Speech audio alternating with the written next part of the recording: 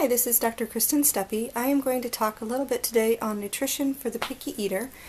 This talk was originally given for a group called ADHDKC.org, specifically for kids with ADHD, but really can be generalized to any child because most of them are picky eaters. My first slide here is really a disclaimer. I am a pediatrician, not a nutritionist. I certainly give lots of advice every day on families for feeding their kids, and I can have a lot to offer, but I do not do calorie counts. I cannot give specific information. Nutritionists are much more qualified because of all the variations based on kids' age, height, weight, activity level, and special nutritional needs. Nutritionists really are the best people to go through specifics. But what I'd like to talk about is giving foods that are healthy. We need to think of it as giving nutrition to kids, not just food. We've all been there when our kids are tired, sick, or hungry. We know they're going to be out of sorts. So parents will offer a meal, and if kids don't eat it, we are likely to offer something else because we know that in 30 minutes this kid is going to have a meltdown if he doesn't eat. And so it's easy to go down this slippery slope, and it's so the wrong thing to do. It does not really help feed the child what they need. And truly, when hungry, kids will eat whatever is offered. So I think it's very important that we think about kids eating not just to eat, but also to grow. And this is a graph of a body mass chart. Adults have a body mass index that's pretty standardized because we have stopped growing. Children, if you look on the left, it starts with a slope down and then it goes back up. And that's because infants, we don't follow their body mass indexes, tend to be chubby. So they lose weight during the toddler years. That is a very normal finding. And then they gain over time during the school-aged years. Now you can see two blue dots here. The first blue dot's in the red zone and the second blue dot is in the green zone. Both of these blue dots are the same value, but the body mass index for the child that's a few years younger is actually in the obese category, and the body mass index that is a few years older is in the normal category, even though it's the same body mass. So it's very important to look at these in a graphical form or have a percentage so that you know where your kids fit. I have seen kids, for instance, with ADHD that are overweight because they tend to be impulsive with everything they do. They eat, and it's all junk food. It is not healthy food. It doesn't have food that gives them staying power. So then they're hungry again and they eat again. So the impulsivity can give kids obesity. And then I've also seen, of course, a lot of kids with ADHD who are hyperactive. They use lots of calories. They don't sit long enough to really eat. And the medicines we give them tend to suppress their appetite. So they can also be on the underweight side. So it's very important, regardless of what a child has as diagnoses, that one diagnosis can give them a span of either extreme. And of course, kids without any diagnoses can be on any extreme.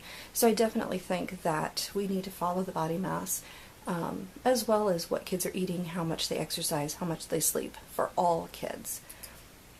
Now, parents oftentimes wonder what kinds of things can we give kids that will fill them up with healthy calories. And of course, dairy is one of the things kids love. They like their milk, they like their cheese, they like their yogurt in many instances. So you can give them full-fat dairy products if they need to gain weight. If they need to lose weight, you give lower fat versions because they do offer a lot of benefits. They have protein, they have calcium, they have vitamin D if it's supplemented. A lot of times with oils, kids who need to gain weight, adding vegetable oils can help, and the fats can also give them some staying power. We always think of fats as negative because we don't want to become fat, but in reality, oils or other fats help carry vitamins that are fat soluble, like A, D, E, and K. They also have antioxidants. We just need to be careful that they're healthy fats, and there's more on a fat slide later. Nuts and seeds. If kids are not allergic and they don't choke on the texture, nuts and seeds can be a fantastic addition to their diet because they have protein, fiber, iron, and vitamins. So that is a very good thing for kids who, again, are not allergic or can handle the texture, not choke. Meats, of course, poultry, fish, add protein and iron and vitamins. And then whole grains. Whole grains can offer a lot of fiber filling power. We just need to make sure that they're healthy whole grains.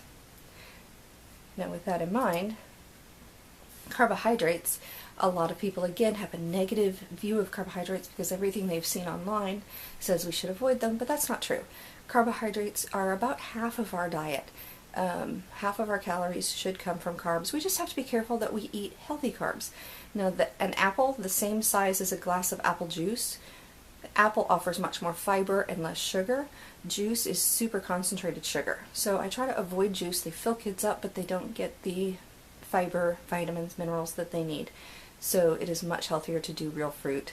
Of course, vegetables, cereals, pasta, rice, all of the whole grain options are healthier. And sometimes it's misleading. You look at two breads. One looks white, has more whole grain in it, the other one that looks a little brown. You have to read labels to see if it has whole grain. And then again, fats. We feel like fats are negative, but they're not necessarily. They have staying power. They help actually keep us from overeating because they fill us up. They give us that feeling of fullness. They're very satisfying. They also help with brain development. That's why infants, when they move from breast milk or formula, should move on to whole fat milk. A lot of parents think that that's because it has more vitamin D, and that's not really true. It's because it has more fat, and infants are growing their brain so rapidly that they need the extra fats for their brain development.